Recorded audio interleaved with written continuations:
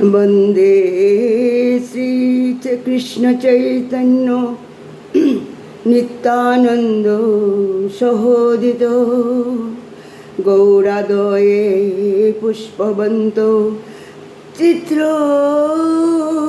छंदो तमनद आजानुलंबित भुज कनकाबदातो वंदे संकीर्तनैकपितरो कमलायताक्षो विश्वम्भरो द्विजवरो जुगधर्म पालो वंदे जगत प्रियकरो करुणावतारो। जय श्री कृष्ण चैतन्य प्रभु नित्यानंद श्री अद्वैत गदाधर श्रीवासादि गौर भक्तवृंद।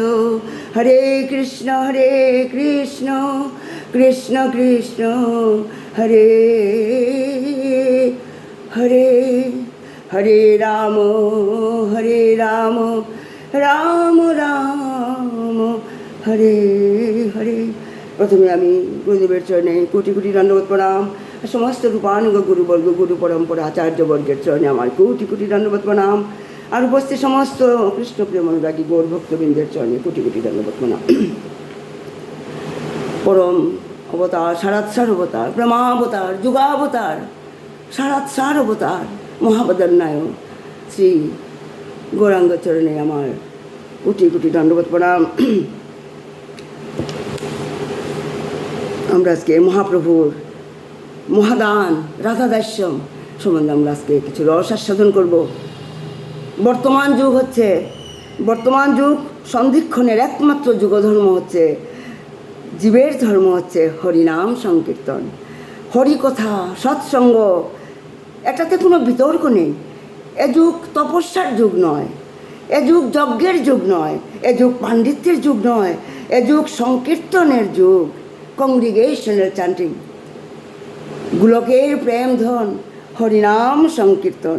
করুণা করে 500 বছর পূর্বে নবদ্বীপে সেই হরিনাম দেওয়ার জন্য মহাপ্রভু এসেছিলেন। হ্যাঁ, কৃষ্ণ বর্ণং তথা কৃষ্ণং সাঙ্গপাঙ্গস্য পার্শ্বদ যজ্ঞই সংকীর্তনাদি পায়োর যজতিয়া সুমদস। তাই তো বলা আমাদের নরোত্তম দাস ঠাকুর সুন্দর করে বলেছেন, এনেছি ও সদি মায়া নাসিবার লাগি হরি নাম মহামন্ত্র লও তুমি মাগি। হরিনাম মহামন্ত্র এনেছি জনে জনে বিলাইতে, কেউ যোগ্য অযোগ্য বিচার করেননি। কিন্তু নবদ্বীপের শাক্ত ব্রাহ্মণরা দল বেঁধে কাজীর কাছে নালিশ জানালেন। ডাকাটাকি হাঁকাহাঁকি করে খুল করতাল বাজিয়ে উচ্চস্বরে হরিনাম করা হিন্দু ধর্ম নয়। উচ্চস্বরে পাগলের মতো চিৎকার করে হরিনাম করা এটা হিন্দু ধর্মের মধ্যে পড়ে না। তাদের পরামর্শে কাজী ঘোষণা করলেন, নবদ্বীপে উচ্চস্বরে নাম সংকীর্তন চলবে না। তার আদেশে, কাজীর আদেশে তার নগর রক্ষীরা কীর্তন বন্ধ করে দিল, মৃদঙ্গ ভেঙে দিয়েছে, খুল করতাল সহ ভেঙে দিয়েছে। কোনো অন্যায়কে প্রশ্রয় দেননি আমাদের গৌরাঙ্গ মহাপ্রভু, আমাদের সচির দুলাল। তিনি কিন্তু অন্যায়কে প্রশ্রয় দেননি। ধর্মের প্রতি কাজীর এই অন্যায় অনিরপেক্ষ আদেশ মানবেন কেন? তিনি হচ্ছেন সত্যের পূজারী, ধর্মের রক্ষক। তিনি স্থির করলেন, মহাপ্রভু স্থির করলেন তার প্রতিবাদ জানাতে কাজীর অবজ্ঞা মানে কাজীর আজ্ঞা অমান্য করবেন। তিনি কাজীর আদেশ তিনি অমান্য করবেন, মনে মনে স্থির সিদ্ধান্ত নিলেন মহাপ্রভু। তিনি নিজে কি করলেন? মহাপ্রভু জনসংগঠন করে সংকীর্তন সহযোগে সন্ধ্যাবেলায় মশাল মিছিল নিয়ে সমস্ত নবদ্বীপ পরিক্রমা করে কাজীর বাড়ির সামনে আসলেন প্রতিবাদ জানাতে। কিসের প্রতিবাদ? অহিংস প্রতিবাদ, অহিংস আন্দোলন। সম্ভবত এটাই এই দেশে প্রথম অহিংস আন্দোলন বা মিছিল, প্রথম আইন অমান্য আন্দোলন। পরবর্তীকালে আমরা দেখেছি, পরবর্তীকালে যা রাজনৈতিক কারণে সেটা ব্যবহার করা হয়েছে, এখনও হচ্ছে। মিছিল দেখে, এত বড় মিছিল দেখে হাতে, সবার হাতে এক একটা মশাল ছিল, মশাল মানে আগুনের মশাল ছিল। আর সেই মিছিল দেখে মানে স্তম্ভিত হয়ে গিয়েছিলেন কাজী সাহেব। সংকীর্তনের রোলে, মৃদঙ্গের বলে কম্পিত হয়েছিল এই জনসংগঠন দেখে। তিনি ভয়ে বিছানার নিচে গিয়ে লুকিয়েছিলেন। তার কৃতকর্মের জন্য কাজী সাহেবকে ক্ষমা প্রার্থনা করতে হয়েছিল। আর অভয় দিয়ে সাবধান করেছিলেন মহাপ্রভু কাজী সাহেবকে। বলেছিলেন কাজী সাহেবকে, ন্যায়দণ্ড আপনার হাতে, অন্যায় প্রতিরোধ করার জন্য ধর্ম নিরপেক্ষতা বজায় রাখুন। মহাপ্রভু তাকে বললেন, ধর্ম নিরপেক্ষতা বজায় রাখুন, আর মানুষের ন্যায্য অধিকারকে খর্ব করতে শাসনদণ্ড আপনি ব্যবহার করবেন না। সেই নির্দেশে দিয়েছিলেন কাজী সাহেবকে মহাপ্রভু। আর এমনিতে মানে সম্পর্ক মানে রক্তের সম্পর্ক নয়, মানে দেশের বা সম্পর্কে কাজী সাহেব মহাপ্রভু তাকে মামা বলেই ডাকতেন। তাই এইভাবে কাজী সাহেব মহাপ্রভুর কাছে ক্ষমা প্রার্থনা করেছিল। আর মহাপ্রভু তাকে কাছে বসিয়ে অনেক প্রশ্ন করেছিলেন। আর কাজী সাহেব তিনি অর্ডার দিয়েছিলেন, তিনি যে কখনো সবাইকে বলে দিয়েছিলেন, তার যারা তার পরবর্তী জেনারেশন সবাইকে বলে ঘোষণা করেছিলেন, যারা এই আন্দোলন বন্ধ করবে, করতাল বন্ধ করবে, যারা বাধা দেবে এই সংকীর্তনে, তাকে তিনি রাজ্যচ্যুত করবেন, তাকে তিনি মানে সম্পত্তির ভাগ দেবেন না, তার আত্মীয় হলো, সেই কথা ঘোষণা করেছিলেন। আজও সেই কাজী সাহেবের সেই মানে দেওয়া সেই প্রমিস, মানে যেটা বলেছিলেন, সেটা এখনও আমরা নবদ্বীপে গেলে, মায়াপুরে গেলে আমরা এখনও দেখতে পাই। রাজাপুরটা একটা মুসলমানের একটা কি বলে বসবাস, মানে রাজাপুর এই ইস্কন মন্দির থেকে কিছু দূর, মানে রাজাপুর, সেখানে ইস্কনের প্রতিষ্ঠাতারা সেখানে জগন্নাথ মন্দির স্থাপন করেছে, জগন্নাথ বলরাম বলভদ্র। আর সেখানে মুসলমানরা পর্যন্ত এসে সেই জগন্নাথ মন্দিরে প্রণাম জানায়, মানত মাগে। সেটা এখনও চলছে। এইভাবে মহাপ্রভু কাজী সাহেবকে তিনি আসলে তাকে মন পরিবর্তন করে দিয়েছিলেন। তা আরেকবার সুবুদ্ধি রায় তখন ছিলেন, বাংলার রাজা ছিলেন, তাকে হুসেন শাহ কী করেছিলেন, করুয়ার জল মানে এইসব করুয়ার জল পান করিয়ে তাকে মুসলমান, এটা হিন্দুকে মুসলমান বানানো হয়। আর সুবুদ্ধি রায়কে হুসেন শাহ কী করছেন, করুয়ার জল খাইয়ে মানে তাকে জাতিনাশ করেছিলেন। আর তখন সুবুদ্ধি রায় প্রায়শ্চিত্তের বিধান চাইলেন নবদ্বীপের পণ্ডিতদের কাছে প্রায়শ্চিত্ত বিধান চাইলেন। আর স্মার্ত, তখন নবদ্বীপে ছিল স্মার্ত পণ্ডিতরা, মায়াবাদী ছিল প্রায়, স্মার্ত পণ্ডিতেরা বিধান দিলেন। তারা কী বললেন সুবুদ্ধি রায়কে, যে তপ্ত ঘৃত খেতে হবে, গরম ঘি খেতে হবে তোমাকে, আর তোমার সমস্ত অর্থ সম্পত্তি, বিষয় সম্পত্তি সব ব্রাহ্মণদের দান করতে হবে, তবেই তোমার প্রায়শ্চিত্ত হবে। আরে তপ্ত ঘৃত খেতে হবে। রাজা ছিলেন বুদ্ধিমান এবং শিক্ষিত ছিলেন সুবুদ্ধি রায়, বুঝতে পারলেন আঁচের পরিমাণ, গরম ঘি, গলাদ গরম মানে খাওয়া মানেই তো আত্মহত্যা, মৃত্যু অবশ্যম্ভাবী। তাই আর সম্পত্তি ব্রাহ্মণকে দান করা মানে পরিবারের অন্য সকলের না খেয়ে মরা। সেই বুদ্ধিমান সেই রাজা কী করলেন, মনে মনে ভাবলেন এ তো স্মার্ত ব্রাহ্মণদের চমৎকার ব্যবস্থা, তিনি মানলেন না সেই আদেশ। তাই স্মৃতি শাস্ত্র বৈষ্ণবরা সেটা অনুমোদন করেন না। তারপর সুবুদ্ধি রায় কোথায় এলেন, বারাণসীতে এলেন, কাশীতে এলেন, তিনি এলেন কাশীতে। আর কাশীর পণ্ডিতরাও, তারাও ছিলেন স্মৃতিশাস্ত্রেরই ধারক, তারাও স্মার্ত ব্রাহ্মণই ছিলেন। তারাও একই বিধান দিলেন। তারা মানে তপ্ত ঘৃতের পরিবর্তে তারা তপ্ত শীষের বিধান দিলেন। তারা গরম ঘি খাওয়ার বদলে তারা তপ্ত শীষ খেতে বললেন। সে সময় মহাপ্রভু, আমাদের গৌরাঙ্গ মহাপ্রভু তখন বেনারসে ছিলেন, তিনি তপন মিশ্রের বাড়িতে ছিলেন। আর সেখানেই তো বিন্দু মাধব ঘাটে সনাতন গোস্বামীর সঙ্গে সাক্ষাৎ হয়েছিল, তাকে তত্ত্ব সিদ্ধান্তের কথা বলেছিলেন, অভিধেয় প্রয়োজন সম্বন্ধের কথা বলেছিলেন। সেই মহাপ্রভু তখন কাশিতে ছিলেন, আর সুবুদ্ধি রায় মহাপ্রভুর কথা জানতে পেরে মহাপ্রভুর কাছে এলেন আর বললেন সমস্ত কথা। আর শুনে মহাপ্রভু বললেন, যে শাস্ত্র বা বিধান মানুষের অমঙ্গল করে, অমঙ্গল বিধান করে, সেই শাস্ত্র বা বিধান আমি মানি না। মহাপ্রভু বললেন, সেই শাস্ত্র আমি মানি না। কোন শাস্ত্র মানুষকে মরার বা আত্মহত্যার বিধান দেয়, সেই শাস্ত্র আমার জানা নেই। মহাপ্রভু বললেন, যেই শাস্ত্র প্রায়শ্চিত্তের জন্য মরতে বাধ্য করে, আত্মহত্যার বিধান দেয়, সেই শাস্ত্র আমি মানি না, আমার জানা নেই। জাত এবং ধর্ম তো কাজ নয় যে হাত দিয়ে পড়লে তা ভেঙে যাবে। এটা কি ঠুনকো নাকি জাতি আর ধর্ম, যে সেটা হাত থেকে পড়লেই ভেঙে যাবে?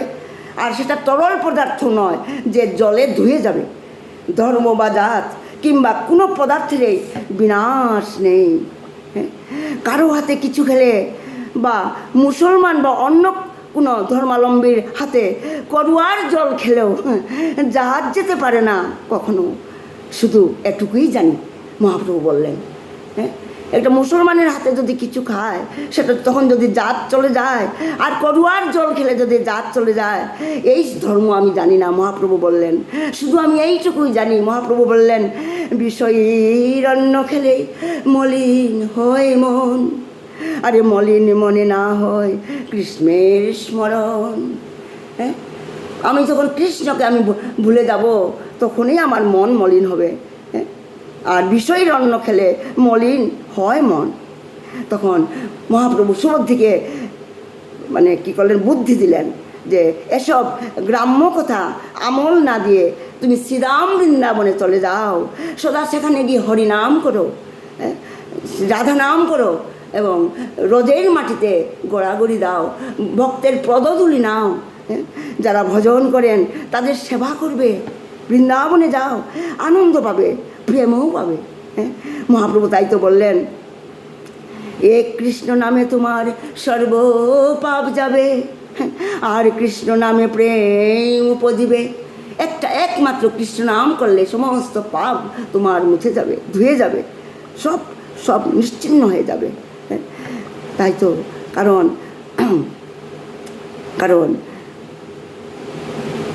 আমাদের এটা বোধ নজরুল ইসলামের, যিনি মুসলমান ছিলেন জাতিতে, তিনি কি সুন্দর করে এই কৃষ্ণ তত্ত্বের কথা তার গানের মাধ্যমে তিনি প্রকাশ করেছিলেন। কি বলে, সে কি আসে পৃথিবীতে, গাহে রাধা নাম বাঁশরিতে, কোন অনুরাগে বিরোহী যমুনা হয়ে উঠে চঞ্চল। তারে তারে কি নামে ডাকিলে আসে, কোন রূপ কোন গুণ, না কোন রূপ কোন পাইলে সে রাধা সম ভালোবাসে। সেই তাই সে কি আসে এই পৃথিবীতে? কেন আসেন? যার নাম শুনে যার প্রেম আসে মনে, চোখে আসে তো জল। তাই এক কৃষ্ণ নামে তোমার সর্বপাপ ধুয়ে যাবে। মানুষকে বড় ভালোবাসতেন মহাপ্রভু, এত বড় হৃদয়, গল্পে, উপন্যাসে, ইতিহাসে, পুরাণে, শাস্ত্রে, দেবতায়, মানুষে কোথাও দেখা যায়নি, কোথাও শোনা যায়নি। হৃদয় নয়, এটা হৃদয় নয়, তার হৃদয় নয়, যেন ভালোবাসার পাথার। তার ওই ভালোবাসায় তার প্রবর্তিত ধর্মের মূল মন্ত্র, মুখ্য উপজীব্য প্রধান উপকরণ, তার অকুণ্ঠ বিশ্বাস। শুধু ভালোবাসার আঁকশি নিয়েই ভগবানকে তিনি নামিয়ে এনেছেন মানুষের মাঝে। এই ভালোবাসা দিয়েই ভগবানকে নামিয়ে আনা যায় মানুষের কাছে, রাখা যায় সেই ভগবানকে বুকের কাছে, প্রাণের কাছে, মনের মাঝে। তাই কাউকে কখনো কোনো অনুষ্ঠানের মধ্যে টেনে আনতে চেষ্টাও তিনি করেননি। কোনো অনুষ্ঠানের মাধ্যমে তিনি ভগবানকে আনতে তিনি চেষ্টা করেননি। অনুষ্ঠানের ঘনঘটায়, মন্ত্রের ঝকমকিতে, স্মৃতিশাস্ত্রের শাসানিতে ভগবানের অর্চনা হোক, পূজা হোক, তা তিনি পছন্দ করতেন না। গৌরসুন্দর আমার সেটা পছন্দ করতেন না। তিনি মনে প্রাণে বিশ্বাস করতেন ভগবানকে ভালোবাসতে মন্ত্র লাগে না, অর্থও লাগে না, শুধু লাগে কি অনুষ্ঠানের রাজসিকতায়, নিয়মের কারাগারে ভগবানকে বন্দি রাখতে চাননি তিনি। অন্তরতরকে অন্তরেই রাখতে চাইতেন তিনি, যতনে সোহাগ ভরে আদর করে। সেই তো রবীন্দ্রনাথ ঠাকুরের ভাষায় আমরা সেটা, রবীন্দ্রনাথ ঠাকুর কি সুন্দর করে বলেছিলেন, রবীন্দ্রনাথ ঠাকুরের ভাষায় সেটা বলা হয়, তোমার পূজার ছলে তোমায় ভুলে থাকাতে তিনি বিশ্বাসী ছিলেন না, তবু লক্ষ লক্ষ হিয়া মথিত হয়েছে তার দর্শনে, তার প্রেম অনুরাগে। তিনি যখন সন্ন্যাসী নিয়ে 24 বছর বয়সে মহাপ্রভু সন্ন্যাস গ্রহণ করে, যখন তিনি 6 বছর তিনি দক্ষিণ ভারতে যাত্রা করেছিলেন প্রেম বিলাবার জন্য, কারণ সেই স্মার্ত ব্রাহ্মণদের তাদেরকে প্রেম দেবার জন্য, শুধু তাদেরকে নয় সবাইকে তিনি তো প্রেম দান করতে এসেছিলেন এই পৃথিবীতে। প্রেমের দেবতা প্রেম দান, কৃষ্ণ প্রেম, যেটাকে বলা হয় পঞ্চম পুরুষার্থ। ধর্ম, অর্থ, কাম, মোক্ষ, 4টা পুরুষার্থ। তা সেটাই সত্যযুগে, ত্রেতাতে, কলিতে মানুষ এই 4টা পুরুষার্থ নিয়েই তো মগ্ন ছিল, ধর্ম, অর্থ, কাম, মোক্ষ। কিন্তু আরেকটা যে পুরুষার্থ আছে সেটা মহাপ্রভু এসেই তো আমাদেরকে জানালেন, সেটা হচ্ছে পঞ্চম পুরুষার্থ, সেটা হচ্ছে প্রেম। প্রেম দেবার জন্য তিনি এসেছিলেন। তাই এখানেই শ্রীকৃষ্ণ চৈতন্য মহাপ্রভুর সঙ্গে অন্য সাধকদের পার্থক্য, তাদের এটাই পার্থক্য। কারণ চৈতন্য মহাপ্রভু তিনি বেদ ধর্ম বা অন্য কোনো ধর্মকে কোনো দিন ছোটো করে দেখেননি, তিনি দেখানেওনি। তিনি বিভেদ, সাম্প্রদায়িকতা, ঘৃণা, অস্পৃশ্যতা, এই শব্দগুলো তার জীবনের অভিধানে ছিল না, তার ডিকশনারিতে সেইগুলি ছিল না, এই ঘৃণা, সাম্প্রদায়িকতা, অস্পৃশ্যতা। তবে শঙ্করাচার্যের বেদভাষ্যকে তিনি খণ্ডন করেছিলেন। বিশ্বের শ্রেষ্ঠ বৈদান্তিক পণ্ডিত সার্বভৌম ভট্টাচার্য এবং কাশীর বেনারসের শ্রেষ্ঠতম বৈদান্তিক প্রকাশানন্দ সরস্বতীকে শঙ্করাচার্য প্রচারিত বেদভাষ্যের মোহ থেকে তিনি মুক্ত করেছিলেন। প্রকাশানন্দ সরস্বতী এবং পুরীর জগন্নাথপুরীর বেদজ্ঞ যাকে বৃহস্পতির সন্তান বলা হয় সার্বভৌম ভট্টাচার্যকে তিনি, কারণ তিনি ছিলেন বৈদান্তিক, তাকেও সার্বভৌম ভট্টাচার্য, প্রকাশানন্দ সরস্বতী, তারাও কিন্তু মহাপ্রভুর চরণে আশ্রয় নিয়েছিল। তারা বৈষ্ণব ধর্মে পরে তারা দীক্ষা নিয়েছিল। তাই তো এইভাবে তাদের প্রচারিত বেদভাষ্যের মোহ থেকে তাদেরকে মুক্ত করেছিলেন। তার স্বাভাবিক পাণ্ডিত্য এবং বৈদগ্ধি নিয়ে প্রতিটি শ্লোকের তিনি, কারণ প্রকাশানন্দ সরস্বতী যেইগুলি সার্বভৌম ভট্টাচার্য যেই ব্যাখ্যা দিয়েছিলেন বেদান্তের, মহাপ্রভু সেইগুলি সমস্ত কিছু 8টা 10টা রকম ব্যাখ্যা দিয়ে তাদেরকে তাদের সন্দেহ দূর করেছিলেন। আর সেই প্রসিদ্ধ আত্মারাম শ্লোকটির 61 রকমের ব্যাখ্যা করেছিলেন মহাপ্রভু এই বারাণসীতে বসে, হাজার হাজার পণ্ডিত বেদজ্ঞ সন্ন্যাসীদের সামনে বসে তিনি এই আত্মারাম শ্লোকের 61 রকমের ব্যাখ্যা দিয়েছিলেন। আর সেই সমস্ত বেদজ্ঞ পণ্ডিতরা, সন্ন্যাসীরা বারাণসীতে মন্ত্রমুগ্ধের মতো বিস্মিত হয়ে শুনেছিলেন। ওরা সত্যের সন্ধান পেয়ে স্বশিষ্য, সেই সন্ন্যাসীদের তো শিষ্য ছিল, শিষ্যসহ মহাপ্রভুর আনুগত্য স্বীকার করে ভক্তি পথের যাত্রী হয়েছিলেন।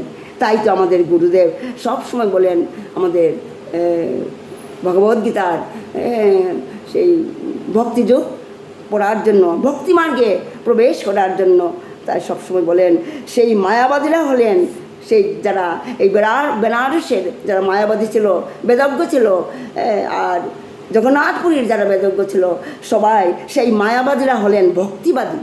তারা হয়ে গেলেন ভক্তিবাদী। আর সবচেয়ে বড় যেটা সত্য তা হলো মহাপ্রভুর প্রবর্তিত বৈষ্ণব ধর্মের তত্ত্বকে, মতকে, দর্শনকে, যেটা দেশে বিদেশে গত 500 বছর কেউ খণ্ডন করতে পারেনি কেউ, বরং গবেষণায়, আলোচনায় সমাদৃত হয়েছে আরও বেশি করে। হ্যাঁ, প্রাচ্য মানে পাশ্চাত্যে বিদগ্ধ পণ্ডিতজনের কাছে গ্রহণযোগ্য বলে সাগ্রহে গৃহীত হয়েছে পৃথিবীর সর্বত্র উল্লেখযোগ্যভাবে। কারণ মহাপ্রভু এইরকম ব্যাখ্যা দিয়েছিলেন তিনি। কারণ religion is love, religion is compassion, আর religion is what Karl Marx, যে Karl Marx, religion is what Karl Marx has said, heart among heartless, heart among heartless. তাই তো এই সুন্দর কথাটা, এই যে মার্কস সাহেবের, এই কার্ল মার্কসের এই সুন্দর কথাটা মহাপ্রভুকে অনুকরণ করেই বলেননি কি? হ্যাঁ, হার্ট অ্যামাং হার্টলেস, কারণ রিলিজিয়ন ইজ কম্পেশন। তাই তো আমাদের গুরুদেব কি বলেন? সেবাই ধর্ম। হ্যাঁ, বলতে যে all the world is my home, হ্যাঁ, all are my fathers and sisters, to serve and love them is my religion. আমাদের বাবা বলেন, to serve and love them is my religion, এটাই আমার রিলিজিয়ন, ধর্ম। তাই আমরা দেখেছি জন্ম থেকেই ভগবান শ্রীকৃষ্ণ, হ্যাঁ, এই যিনি ভগবান শ্রীকৃষ্ণ, যিনি মানে গৌর অবতারের আগে ভগবান শ্রীকৃষ্ণ স্বয়ং, তিনি কৃষ্ণাস্ত্র ভগবান স্বয়ং বৃন্দাবনে এসেছিলেন, ব্রজে ছিলেন 10 বছর 8 মাস।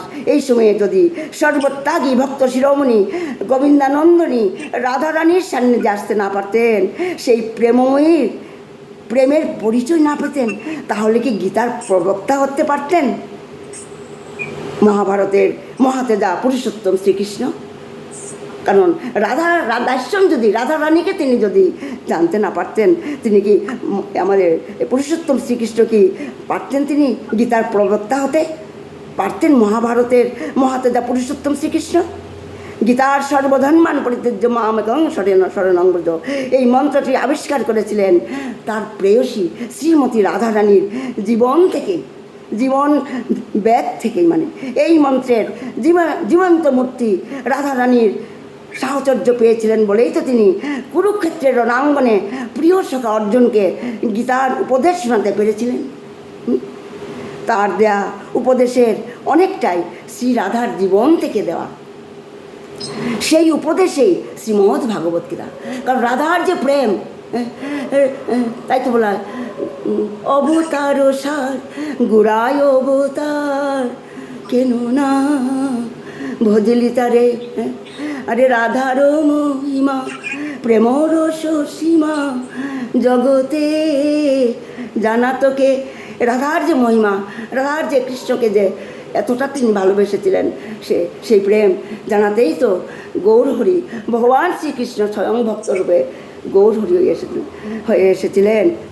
তাই তো বলা হয়, যা ভগবান শ্রীকৃষ্ণ রাধার মাঝে প্রত্যক্ষ করেছেন, তাকে অবলম্বন করে রাধার ভাগবতী তনুয়ার ভক্তি বিগলিত হৃদয়ের নির্যাস এই ভাগবত ধর্ম প্রচার করেছেন শ্রীকৃষ্ণ তার যুগে।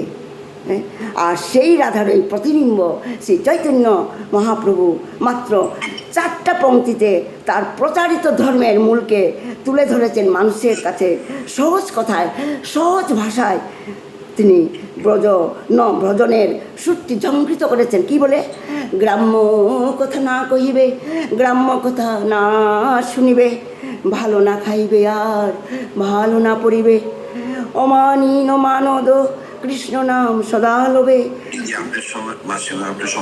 আচ্ছা গোপাল, অমানিন মানদ কৃষ্ণ নাম সদা লোবে, ব্রজে রাধা কৃষ্ণ সেবা মানুষে করিবে। এই চারটা লাইনকে ভিত্তি করে গড়ে উঠেছে এই বৈষ্ণব ধর্মের, বৈষ্ণব দর্শনের অসংখ্য গ্রন্থের ইমারত। শ্রী রঘুনাথ দাস গোস্বামীর বিলাপ কুসুমাঞ্জলি আর শ্রী প্রবোধানন্দ সরস্বতীর রাধার রস সুধানিধি বিশেষভাবে উল্লেখযোগ্য। আর তার সঙ্গে আছে মহাপ্রভুর অশেষ কৃপা ভাজন রূপ সনাতন শ্রীজীবের ভক্তি গ্রন্থগুলি। শ্রী চৈতন্যদেবের সন্ন্যাস ভারতীয় সন্ন্যাসের ইতিহাসে অভূতপূর্ব অশ্রুতপূর্ব ঘটনা, যা চিরকাল যা হয়ে এসেছে। কোনো সম্প্রদায়ের কোনো সন্ন্যাসী পূর্বাশ্রমের সঙ্গে কোনো যোগাযোগ বা সম্পর্ক রাখেন না সন্ন্যাস গ্রহণের পর। এটাই ভারতীয় সন্ন্যাস বিন্যাসের চিরন্তন রীতি। কিন্তু এই রীতির ব্যতিক্রম ঘটালেন শ্রীকৃষ্ণ চৈতন্য সজ্ঞানে নিঃসংকোচে। সন্ন্যাসোত্তর জীবনে স্বভূমিতে বাস করতে পারেন না সন্ন্যাসীরা। কোথায় থাকবেন এই নবীন সন্ন্যাসী? তাই মায়ের আদেশে প্রার্থনা করলেন নবীন সন্ন্যাসী। সন্ন্যাসীর প্রার্থনা, একটা সন্ন্যাসী প্রার্থনা করছেন, এটা কি কখনো আমরা আগে শুনেছি? মহাপ্রভু তার মার কাছে প্রার্থনা করছেন, জন্মদাত্রী মার কাছে। সমস্ত শাস্ত্র চমকে উঠেছিল, সমস্ত সন্ন্যাসী সম্প্রদায় স্তম্ভিত হয়েছিল।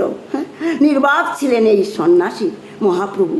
মা বললেন, সচিমতা বললেন, নীলাচলে থাকিস নিমাই, বৃন্দাবনে যাস না তুই, অনেক দূরে, আমি তোকে দেখতে পাবো না, খবর নিতে পারবো না, যা তুই নীলাচলে তুই থাক, তুই বৃন্দাবনে থাকবি না। যারা প্রতি বছর নীলাচলে রথ দেখতে যাবে তাদের কাছে তোর কুশল আমি জানতে পারবো। আমি আজ এখানেই বিরাম দিচ্ছি। নিতাই গৌ সীতানাথ প্রমানন্দে। হরি হরি বল, হরি হরি বল। আরে শয়নে গৌর স্বপনে গৌর, হরে গৌর নয়ন তারা, হরে জীবনে গৌর মরণে গৌর, গৌর গলার হারা। আরে গৌর ধরম গৌর করম, গৌর বেদের সারা। আরে গৌর শব্দ গৌর সম্পদ, যাহার হিয়ায় জাগে মনরে কহনা, আরে কহনা গৌর কথা। গৌরাঙ্গের কথা অমৃতের সমান। তাই তো সবাই আমরা প্রেমানন্দে সবে গৌর তাই গৌর প্রেমানন্দে হরি হরি বল, হরি হরি বল। জয় শিবানন্দ বাবা কি জয়। প্রণাম প্রণাম, সবাইকে প্রণাম। জয় জয় জয় জয় শ্রীরাম। প্রণাম।